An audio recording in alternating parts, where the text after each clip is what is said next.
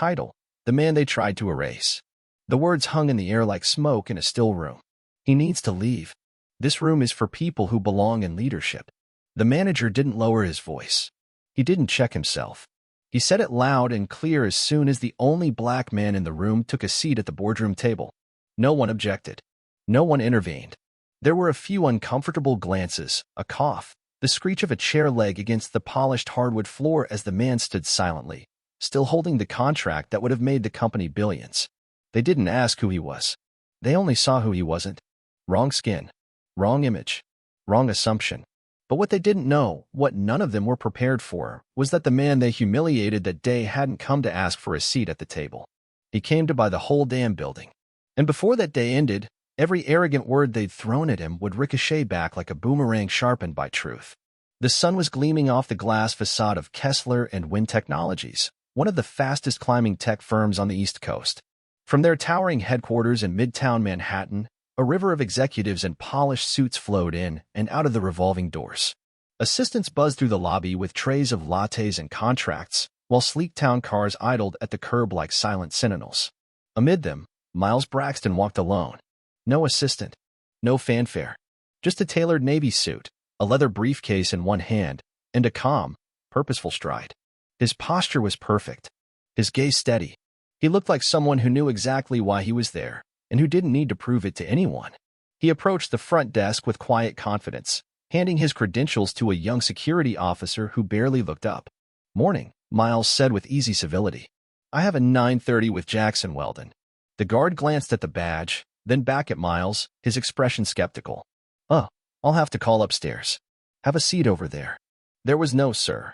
No offer of water. Just a perfunctory wave of the hand toward a row of leather chairs near the windows. Miles didn't protest. He just nodded once and took a seat. As he sat, he noticed 5 white men in expensive suits walk in, laughing. The guard waved them through without a word. He folded his hands and waited. He was used to this. But today, something about the weight in his chest told him he wouldn't be swallowing it like he used to. 23 floors up, Jackson Weldon, the company's founder and CEO, was sipping an espresso while straightening his tie in the reflection of the conference room's floor-to-ceiling window. "Who's that guy waiting in the lobby?" he asked his assistant, Mira, without looking away from the glass. She scrolled her iPad. "Miles Braxton. Braxton Partners. He's here for the capital session." "That's him." Jackson laughed softly. "Doesn't exactly scream $2 billion, does he?" Mira hesitated. "He's highly recommended. Goldman Sachs, BlackRock, even Tusk Capital have all worked with him." Jackson waved it off. "Relax. If he's the real deal, he won't mind waiting." Downstairs, the clock ticked past 9:30. Then 9:35. At 9:37, Miles checked his watch, then looked back toward the reception desk. The guard avoided his gaze. Finally, at 9:41, a young woman approached him with a nervous smile. "Mr. Braxton? So sorry for the delay. Mr. Weldon will see you now." Miles stood. "I appreciate you coming down." She looked embarrassed as they stepped into the elevator. "I think there was a scheduling issue upstairs." "I understand," he replied, but the tone in his voice said he understood more than she thought. When the doors opened, Jackson greeted him with a thin smile and a handshake that barely qualified as firm. "Mr. Braxton, glad you could make it." "I appreciate the invitation," Miles responded with professionalism untouched by the cold reception. The boardroom was lined with 12 directors, most white men in their 50s and 60s, all of whom glanced at Miles with varying degrees of suspicion, boredom, or indifference.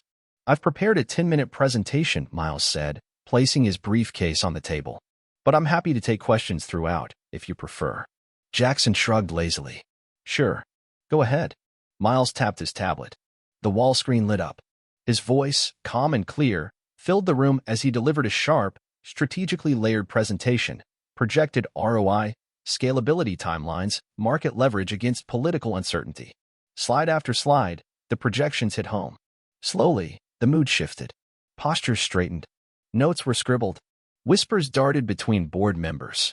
Jackson's jaw tightened. By the time Miles concluded, even the skeptics were nodding. "Impressive," one director said. "What's your close target?" another asked. "End of next quarter. Based on projections outlined in slide 12. Jackson offered a forced smile. "Thanks, Mr. Braxton. We'll review and circle back." Miles simply nodded, packed his tablet, and walked toward the door. His footsteps were even, his expression unreadable. But this wasn't over. Not even close. They led into a waiting area with minimalist decor, floor-to-ceiling windows, and a young man behind a marble coffee cart. Miles accepted the offered espresso but barely touched it. His eyes lingered on the security camera pointed subtly toward his corner. Meanwhile, back in the boardroom, Jackson had already switched gears. "Let's talk real strategy," he said, dismissing Miles's pitch with a wave. "Those numbers are solid, sure. But do we trust him? Doesn't feel like our kind of leadership." One of the senior board members, Charles Whitmore, frowned. "The deal structure is clean. His track record is undeniable." Jackson leaned against the wall. "You can dress up a resume. I'm not convinced." Another board member muttered, "Doesn't look like a guy who moves $2 billion around." "No offense." "None taken," Jackson said dryly. "That's the issue." Upstairs, Miles's phone buzzed. It was a message from Mira. "Mr. Weldon has chosen to proceed without further input at this time. We'll keep you updated." Miles stared at the screen for a long moment. Then he stood. But instead of taking the elevator down, he rode it up 2 more floors to the operations wing. He remembered the layout from earlier site visits. He walked past a row of open-plan desks, nodded politely at a few analysts, and stopped at the war room. Inside, Jackson was standing in front of a screen. On it, a rebranded version of Miles's pitch deck. His words, his numbers, his strategy. Without him, Miles didn't knock. He opened the door and stepped inside. Every head turned. "Mr. Braxton," Jackson said, smile tightening into a grimace. "I thought you'd left. I wasn't aware my growth plan was being discussed without me in the room." Jackson's tone sharpened. "This is just an internal review of my material," Miles cut in. "Let's not overcomplicate things," Jackson said, clearly annoyed. "This is a bit above the level we initially brought you in for." Miles's gaze didn't falter. "You brought me in to lead a capital round. I offered you a transformative opportunity. And now I'm being told I'm not qualified to hear my own projections. This isn't personal." "No," Miles said softly, "this is patterned." The room stilled. Jackson cleared his throat. "Let's schedule a follow-up when we've aligned internally." "I'll be aligning too," Miles said. "And when I return, the terms will be different." He turned and walked out. They didn't know it yet, but a storm had just begun. The next morning, Miles entered the building not through reception, but with a special access pass issued by one of the very directors who'd texted him after the meeting. "You deserve better. Don't let them erase this." He walked into the 8 a.m. strategy sync, unannounced but not uninvited. When Jackson spotted him, his smile faltered. "Mr. Braxton, we didn't know we had guests. I'm here to follow up on the financial modeling. Since you're still using my framework, I figured it was worth clarifying in person." Jackson tried to brush him off, but Miles stayed. Then Craig, Weldon's hand-picked VP of Finance, began his presentation. A twisted version of Miles's work, filled with half-truths and contorted projections. When Craig clicked to a slide titled, Investor Influence Management, Jackson smirked and said, "This is how we ensure no outside party can override our leadership model." Miles's voice cut through the laughter. "Are you referring to me, Mr. Weldon?" Jackson responded, "We're just protecting structure. Big money doesn't mean big rights." Miles stepped forward. "Craig, how many exits have you managed?" Craig blinked. 2. Private. Domestic. Yes. I've led 7 public exits across 4 continents.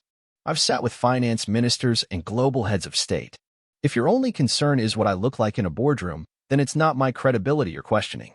It's your comfort." The room went dead silent. And then Miles delivered the truth like a final verdict. "You don't build legacy by gatekeeping. You build it by leading. And right now, this company isn't led. It's protected by fear." Later that day, as Jonathan dined upstairs at a private club, his assistant whispered urgently into the legal counsel's ear. A video had surfaced. Audio, visual, crystal clear. Jackson's voice, recorded during lunch, mocking the idea of black leadership, denying that people like Braxton belonged in rooms like his. It had gone viral. 3 million views in 4 hours. By morning, investors were pulling out. The board convened. Jackson was voted out. Stripped. Removed. And Miles? He bought the company. Not for power. For principle. And in the months that followed, he built something bigger, the Echelon Fund, a mentorship foundation that placed underrepresented talent into leadership pipelines across the country. And quietly, without cameras or credit, he gave Jackson a role in the ethics division. not for redemption, but for unlearning. Because true leadership isn't about being at the top. It's about who you bring with you when you rise. The end.